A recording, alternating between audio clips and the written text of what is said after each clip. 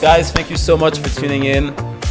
Using concrete or old thick wood with As long as you beat that, there's no going wrong. It's the key to That's success. crazy. But interesting topic that we can continue. You have got to see this. Welcome to the Yellow Couch. Today's guest is Nathan from Alpha Partners Bali. For those of you guys that don't know APB, it's one of the leading development companies in Bali that is currently making about 50 villas a year. Anything you want to add to that? No, thank you, Max, for the invitation. Really happy to be here. Awesome, glad to have you here, mate. So today we're going to touch base a little bit on investing in Bali, where it's heading, what makes a good real estate investment or development, and really just chat about Bali in general. Yeah.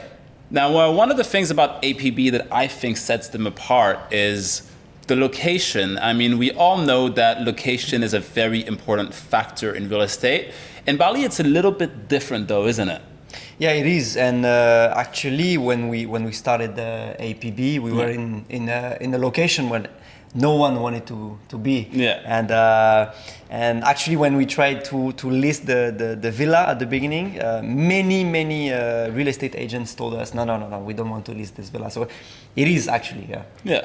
See, what they've done that is kind of genius is that everyone's so focused on trying to have a prime location that you always have to sacrifice, right? And if you're gonna have a prime location, the land price is gonna be so expensive that you're gonna have a prime location, but you're not gonna have a prime villa. What these guys have done is that they're always going for sites that have an almost prime location, which makes they can sell it at a quite low price. They can still put it on the rental market, and they actually do great. I mean, who knew that you could have great rental numbers in 𝐘𝐿, right? Yeah, that's it. Like you in my opinion, you need to be in this area where you're close enough to the main areas, the hot spots, I would say, but not too close, so you can have cheaper lands, and you can negotiate also the land and the land price and the land size easier. And then with this taking into account, of course, you can have better investment. Makes sense. Personally, I think that one of the reasons for that is that everyone's got a scooter here, right? None of us actually rely on public transportation. Well, if you're in Paris, you got to rely on the metro system, the RER and all that. So in a big city like Paris, being 1 kilometer on the left or on the right is like night and day. Like your whole world is going to change from whether you're on that side or on that side. Yeah, that's true. And also because the roads in Bali, you don't have much roads actually in Bali. That's true. You have some main roads, you have shortcuts that you can only use with the scooter. But I think it's important to know like who are you targeting for your short-term rental, you know? And like I know personally that with our developments, we have a lot of local people, local tourism, that really like our villas and are usually renting our villas. And that is also like really important to me because you have 280 million people in Indonesia. And of course you have like a lot of people in this country that wants to go to Bali. And this is like what gonna bring your occupancy rate higher than other villas. So you're saying that you're having a lot more domestic tourists than renting in the areas where you're building? Yeah, like in around 𝐘𝐿, because if the people are living in Surabaya or Jakarta, they usually like to drive car, right, when they are in Bali. And 𝐘𝐿 is, you don't have much yet, as we say here, traffic jam, and it's really, for them, it's really good advantage. And when I check on Airbnb location of the villa, they see that it's close to 𝐘𝐿, they know that it will be easy to access with the car. Yeah. That makes sense. Well, as well because of the land prices in Canggu and the fact that everything was built up so quickly. There's a lot of villas. You can have the most beautiful villas that will have the tiniest little accesses. Yeah. And most of the villas on the rental market in Canggu do not have a car access. So that actually makes a lot of sense. Yeah, it is. Yeah. And like, yeah, it depends also like what is, of course, your strategy when you're planning to invest in Bali, because we talk about investment now. But I would say that to maximize the target, the people that you want to be able to access your villa, of course you will need to be closer to the main roads and think, of course, about the traffic jam, like the traffic around Bali. It's really important, and more, I think. Yeah, I'd like to touch on that a little bit more as well, because It's very interesting to me because most of the businesses in Bali that are made by expats are actually focused for expats, right? But we tend to forget that there is so much domestic tourism. And I mean, during the COVID times, what absolutely saved the island was the domestic tourism, right? So that is a huge, huge piece of the pie that a lot of people are missing out on. Yeah, I agree, and it's more like depends what you're talking about. But for in investment villas, you will target the expats. I would say the people from Europe, or we have a lot of people from Australia also investing in villas. But in terms of rental, to rent out your villa, which is like the most important point in your investment, right? Yeah. You need to think about the majority. You know, and to me, not thinking about the local market, the local tourism, is a mistake. That's a massive mistake. Yeah. And again, that is a mistake that personally I think most business owners are doing here. And not just in villas, but in restaurants and everything else. Exactly. And I mean, I see, you know, it's funny because in restaurants, you go to any restaurant, you will have nasi goreng.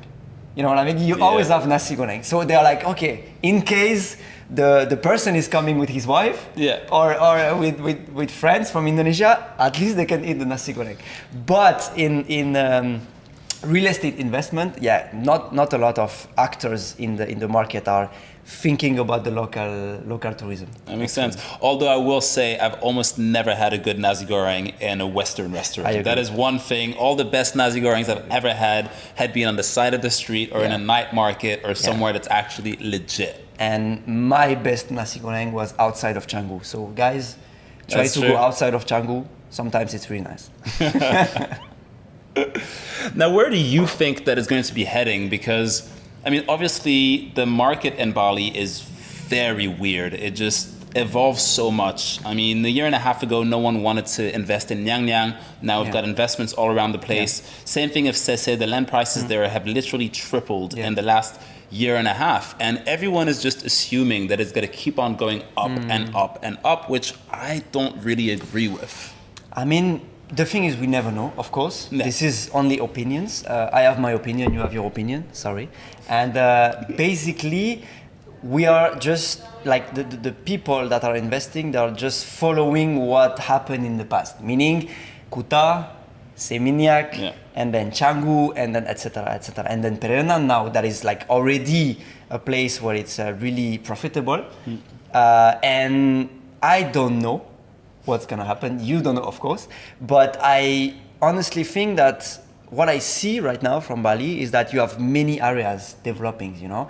You have Sanur with the new malls and nice places where you can walk, bicycle, etc. Uluwatu with the best places for surf in Bali. Canggu, where you have the best restaurants, best beach club, etc., etc. And I think that Bali will basically grow with many different locations, and of course I think it's gonna expand up Pererenan, but also on the side of Kerobokan and all this side, going a little bit to Denpasar. And what we can see also is that the prices are basically super expensive when you're close to the beach, of course, and decreasing as much as you go outside from That's true. Although, have you seen the real estate prices in Renon? Renon is actually very expensive, and it's very hard to get anything down there. Yeah, I was living in Renon, so I know Renon. Renon. Well, there you go. I was living for almost 2 years in Renon. Yeah. I actually love Renon, by the way. One of the best places. I actually liked Renon a lot. Yeah. It's really different, like really local. Of course. It's not built for tourists, right? Yeah. But the infrastructures are the best. You actually have some public, like parks and public football and basketball courts out there. And it's a whole side of Bali that so many people that come here have no idea exists. Clue. Yeah. Right? And big roads, nice park. Big, beautiful roads. Yeah, you can just walk around in the morning. It's actually nice, Yeah, I agree 100% of that. But what I'm kind of hoping is that we're going to fill in the gaps a little bit, right? And not just dominate all of the coasts all the time. But I kind of want to touch on Kuta, because you mentioned Kuta. What do you think is going to happen with Kuta? Because Kuta is obviously built for tourists, right? And it used to be the place. Like, I mean, when I was a teenager, everyone wanted to be in Kuta. All the coolest clubs were in Kuta. All the best restaurants were in Kuta. And it probably started dying out a few years before COVID. Then it was completely dead during COVID. But I was there a few weeks ago. I was there with my mom having lunch, and the streets were looking pretty packed again. So is Kuta making a comeback? I don't know, but what I can feel and see from Kuta is that for the people that want more nature, they usually don't go to Kuta because now it's concrete everywhere. But that's what I don't really like, is that the rule in Bali is to not build many floors, right? You cannot build high. You don't have skyscrapers. Well, I think that used to be a rule. I'm not very sure on if that's still the case. So I hope this gonna stay, because I really like when you look outside of your villa and you can see the sky and not a huge building in front of you. But I really like Kuta for shopping, and actually Kuta beach is still really nice to walk. And Kuta beach is awesome, and I've told that to people all the time, because a lot of people will complain about Bali beaches, and I'm like, mate, you're just not going to the right beach. There's so many different beaches in Bali that are all completely different. If you want to go surfing, you can go down to Uluwatu and have some great beaches, which are beautiful as well. If you want to have a beach that you can walk on that's going to be chilled, you can go to Sanur. If you want to have some beautiful clear water and a quiet space, you can go to Nusa Dua, right? And Kuta beach has a little bit of all of that. You have some beautiful white-ish sand. You have very long beaches that you can walk on, play football on, do whatever you want. You've got the waves down there as well. You have some nice restaurants down there. So people forget about Kuta Beach, but it's much better than Canggu Beach, in my opinion. It's actually, for the beach, 100%. Nothing wrong against Canggu. I love Canggu as well. But just Kuta's got a better beach. But infrastructures in Canggu are like becoming really, really good. Like you have everything around you. You have everything that you need, like really good hospitals and stuff like that. So That's true. And actually, going back to the locations that we're speaking about, that is one big thing that makes a difference with locations and how wanted they are in Bali versus in Europe, right? I mean, if you're working in real estate in Europe or in the States or whatever, people are going to ask how close you are to the hospitals, how close you are to the schools. Here, that is not even part of the questions. No, the only question, I mean, you have usually two main questions. First is, of course, to the beach, like how long to go by scooter and by car. And the second one is from the airport. That's true. They usually ask from the airport. And it's actually, for me, it's the first question I ask, because I'm also investing, of course, in Bali. When you are in the area, you know, you see your clients making a lot of money from the rentals. So of course they are investing personally. And that's the first question I ask. And like the people, when they check on Airbnb, usually the first thing that they check is actually from the airport. Well, that makes so much sense, because we have a lot of people that come here for short-term holidays.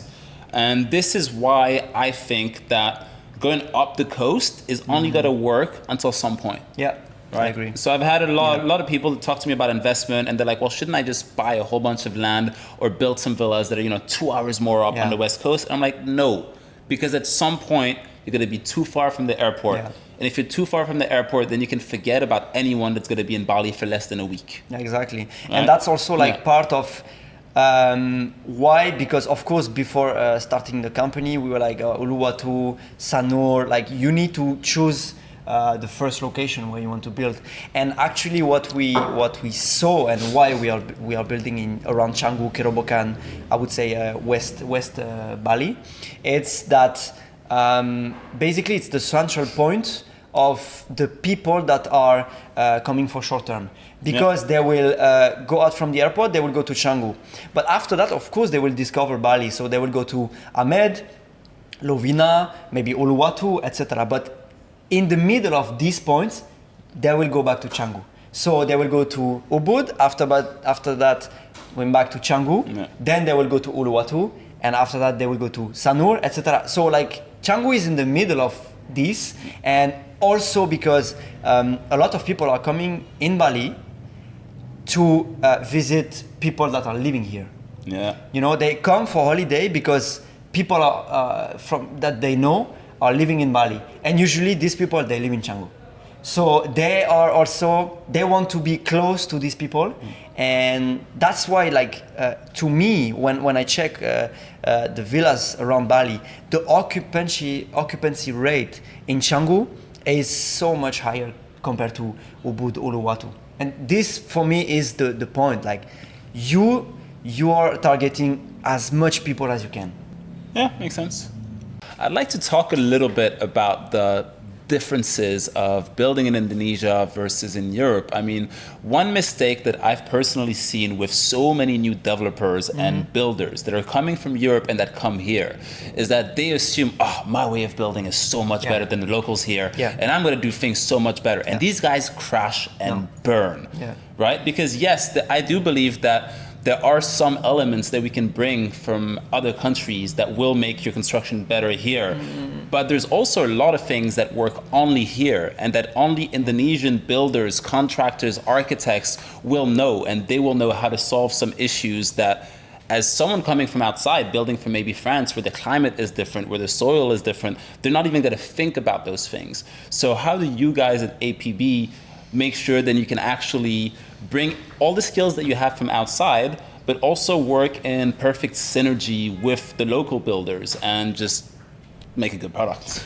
I honestly think that the first point for example, a new developer to open a development company in Bali, to think about is understanding why they do it like this here. That makes sense. This is really important because they don't do it for nothing. They have a reason behind, you know. And no one can come here and say, my way is the best. No, you need to understand why they do it like this, and is there is a way to improve it or not. And so how we did it in APB is basically to choose some important critical points or of the construction, to see if we can improve them. At the meantime, you need to keep the Indonesian way, okay? You need to fit with the Indonesian way of building.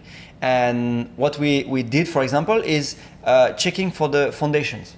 So here usually they do river stone foundations, which is like surface foundations. So usually maximum 75 or 1 meter deep. And how? That's very shallow. Yeah. So like, how can you improve it, make it better than what they do here? By suiting with Indonesian technique. And I'm lucky because my uncle is in Indonesia since 17 years, and he created a office, structural office. So he's doing all structural calculations, he's doing foundations, etc., with European technique. So he imported injected micropile technology. That is a technology that is commonly used in Europe, and it's basically a steel pipe that goes deep in the ground. And we already had this technique that we could use for our villas, and my uncle already did the job to check if it's possible with the Indonesian way of building and how you can adapt it. So we only use this technique for the foundations of our villas. So this is like one of the main points. Why? Because here you are on the ring of fire, you know, so you have earthquake almost every day, and deep foundations are actually written on the Indonesian law. So like the law that is telling you how to build in Indonesia is mentioning that you need to have deep anchor for your building. And so this injected micropile is actually perfectly ticking like all the boxes to have deep foundation and earthquake resistant foundations. Yeah, you guys actually fully inject cement down there, right? So you gotta go and you gotta bring a pipe through, you gotta see where the bedrock is, and then down there you're almost gonna make like a injection with a full layer of concrete. It's gonna be like 5 meters deep or however deep it is, right? Yeah, it's not exactly like that because it's cement grouting, so it's without the gravel, so it's liquid concrete, and we inject inside the pipe. Yeah. So like it's a technology that is really different compared to what they usually do here. Yeah. But it proved already in Europe that is the best technique for foundation. So why we cannot use it in Indonesia? Interesting. That's very interesting. But also, I want to touch on one of the points that you just spoke about, which is the Indonesian regulations and how deep we have to go. Because for some reason, a lot of people assume that it's Indonesia. There's no rules. You can build however you want. But then you look at Jakarta. Right? You look at Jakarta, you look at Surabaya, there's so many massive cities with big buildings. So obviously there is going to be some rules that have to be respected, and there are going to be some really good architects and builders and everything that are following Indonesian government guidelines. Exactly, and I can tell you guys, this is something that exists. Don't listen to the builders here that say, oh no, there is no rule, we can do it like this. No, it's called S&I. Standard National Indonesia, and there is a whole book exactly like Europe where you have all the recommendations how to build a building in Indonesia. Yeah. Awesome. Well, if any developers are watching right now and you think that you could just build, maybe have a look at that book. Might save us some trouble down the road. Sure. One of the things that's obviously always on my mind, and that's been on my mind even more since I started working in real estate, is the right balance, right? So I do feel that, I mean, obviously Bali is changing, and Bali is changing both for the better and for the worse. And some developers are going to be a little bit more responsible than others. So I guess my question to you is, what do you guys do, or do you do something to make sure that you're not affecting Bali in a negative way with the identity that it's losing? And for me, the main part is to follow 100% the regulation. Yeah. And basically, the government, they know what's happening in Bali, and they of course make the rules in consideration. And for example, I want to talk about the green zones. And I was going to talk about that. That was one of the main reasons why I asked that question. Yeah, so green zones are, for the people that don't know, basically green zone means that the government is keeping this area, so these lands, for agriculture. Yeah. So basically for rice or any other agriculture. It's not just agriculture though. Fun fact, there's a whole bunch of different green zones.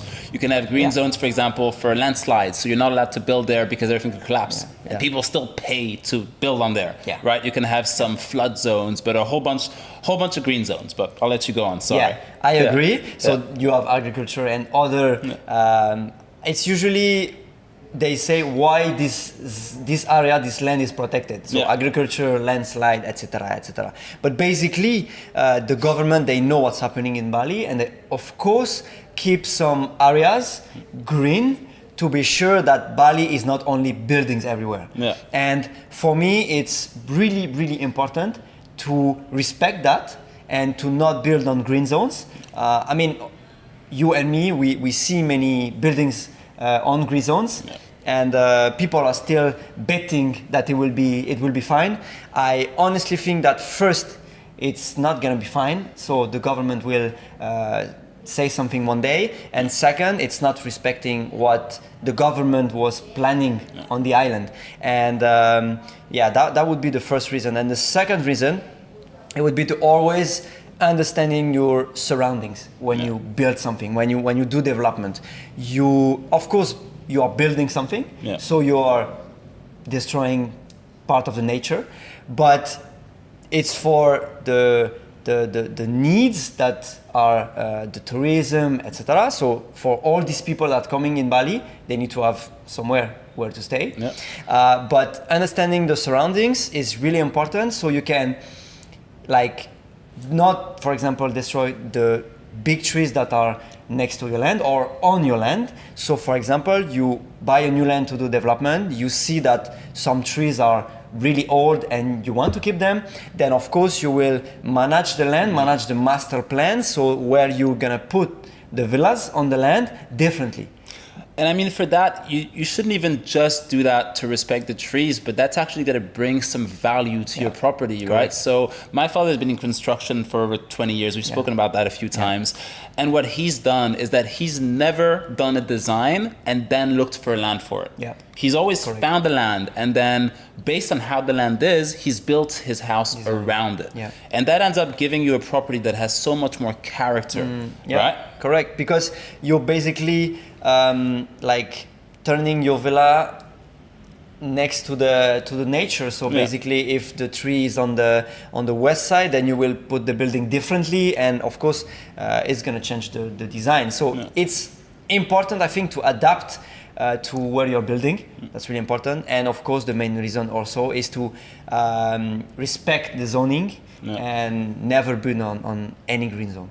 And there's not even just where you can or where you can't build, but another thing that a lot of people don't know about is that different zonings will have a different percentage of the land that you're allowed to build on, right? So for example, I'm just going off my head, but from what I remember, I think that a yellow zone was 60%, right? So you're not allowed to build on more than 60%. And so many people are trying to fight and really push to the exact amount, when it's going to be better for everyone if every piece of land that is built on still has a little bit of green and a little bit of trees. That's for me also really important. And in every design that we are doing, we always have a garden. That's true, actually. Even your little 2-bedrooms still have a nice little outside area with lots of trees around. So that's because, of course, you are building something, so you will have concrete, but at least keeping the garden, it's important for both, for the nature and also for the design, because the people that are in the villa, they want to see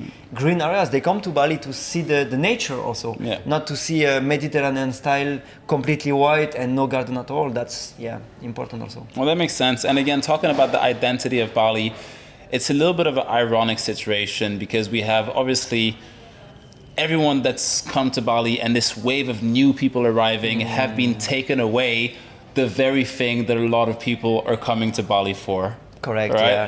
Exactly. I mean, that's more the case around Canggu, because I can see that in Ubud, for example, you still have a lot of really nice green areas. But in Canggu, it's true, like you have way more buildings than 2 or 3 years ago. And I think we've covered pretty much everything that I wanted to talk to you about, Nathan, today. Thank you very much for coming onto the show. Thank you very much for the invitation, Max. Now, this had no plan whatsoever. That being said, if there are any subjects that you guys would like to hear us speak about on the Yellow Couch, drop some comments below and we'll try to add them in. If there's anything that you agreed with or disagree with and that you want to drop a comment below and let us know, do that as well. Thanks for tuning in. See you guys next time.